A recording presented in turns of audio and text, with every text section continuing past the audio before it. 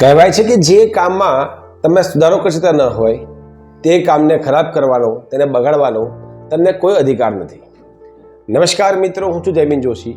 સ્વાગત છે આપનું જય બાદમાં. આજની વાર્તા એક નાની છોકરી અને તેની મમ્મીની છે.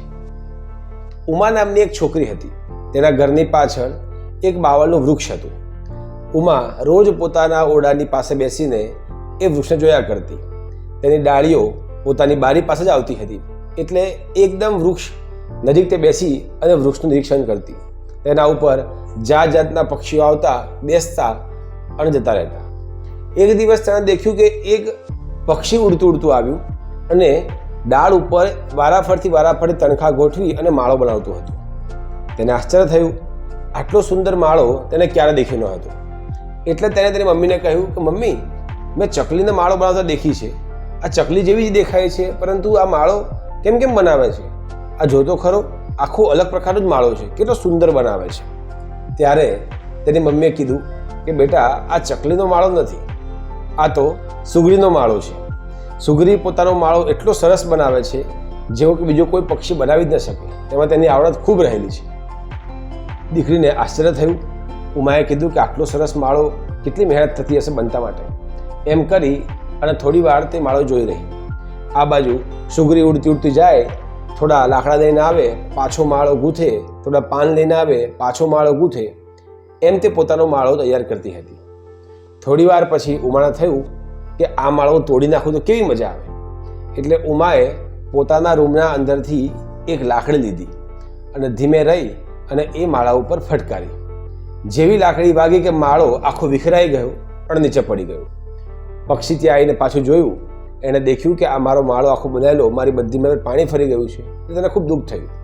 દુઃખના મારે તે અલગ અલગ પ્રકારના અવાજ છાડવા લાગી.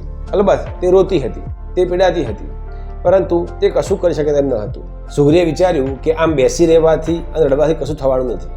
લાવ, હું ફરી પ્રયત્ન કરું અને મારો માળો બનાવું. તે ફરી પોતાના પાન લેવા ગઈ, ઝાડના પાન લાવી, તણખા લાવી અને પાછો પોતાનો માળો બનાવવા લાગી.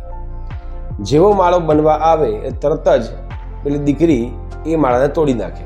આમ 3-4 દિવસ ચાલ્યું. એક દિવસ અચાનક તેની મમ્મી એના ઓરડામાં પ્રવેશી ગઈ અને દેખ્યું કે ઉમા એ માળાને તોડતી હતી. તે તરત જ તેની પાસે ગઈને કહેવા લાગી, બેટા તું આ શું કરે છે? આમ કોઈની મહેનત ઉપર પાણી ન ફેરવાય. એની કેટલી મહેનત પડતી હશે અને તું જ્યારે તોડતી હશે ત્યારે એને કેટલી પીડા થતી હશે, કેટલી દુઃખી થતી હશે. આટલું બધું દુઃખ તું એને કારણ વગર કેમ આપે છે? તને એવી શું મજા આવે છે? મમ્મી લડી એટલે ઉમા થોડી વાર કશું બોલી નહીં, ચૂપ રહી. પરંતુ જેવી મમ્મી ઓરડાની બહાર ગઈ કે ઉમા પાછી હસતી હસતી ઊભી થઈ ગઈ અને લાકડી લઈ અને માળાને વેર વિખેર કરી નાખ્યો. બીજી બાજુ સુગરી પણ ખૂબ પ્રયત્ન કરતી હતી કે પોતાનો માળો બનાવે. ઉમાની આવી હરકત દેખી અને તેની મમ્મીએ વિચાર્યું કે મારી દીકરીને ચોક્કસ સબક શીખવાડવો જોઈએ. એટલે ઉમાની માતાએ તેની મનગમતી ઢીંગલી, જે ઉમાને ખૂબ પ્રિય હતી, તે તોડી નાખી. આ જોઈ અને ઉમા ખૂબ રડી, હતાશ થઈ ગઈ. ઢીંગલીને વળગીને પકડીને જોરથી રડવા લાગી અને સાંજે ખાવા પણ ન ખાધી. એટલે તેની માતાએ કીધું કે તારી ઢીંગલીને હું સાજી કરી દઈશ, પરંતુ એક શરત છે. જો તું આ માળાને પાછો હતો ને એવો કરી નાખે તો જ તારી ઢીંગલી હું સારું કરી દઉં.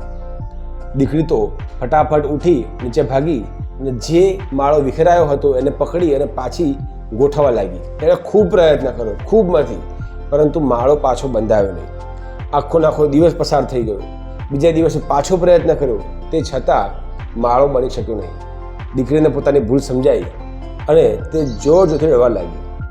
બરોબર તે જ વખતે એની માતા આવી અને તેના માથામાં હાથ ફેરવીને કીધું કે બેટા, જો કોઈનું કામ આપણે સારું કરી શકતા ન હોય તો એને બગાડવાનો આપણને અધિકાર જ નથી.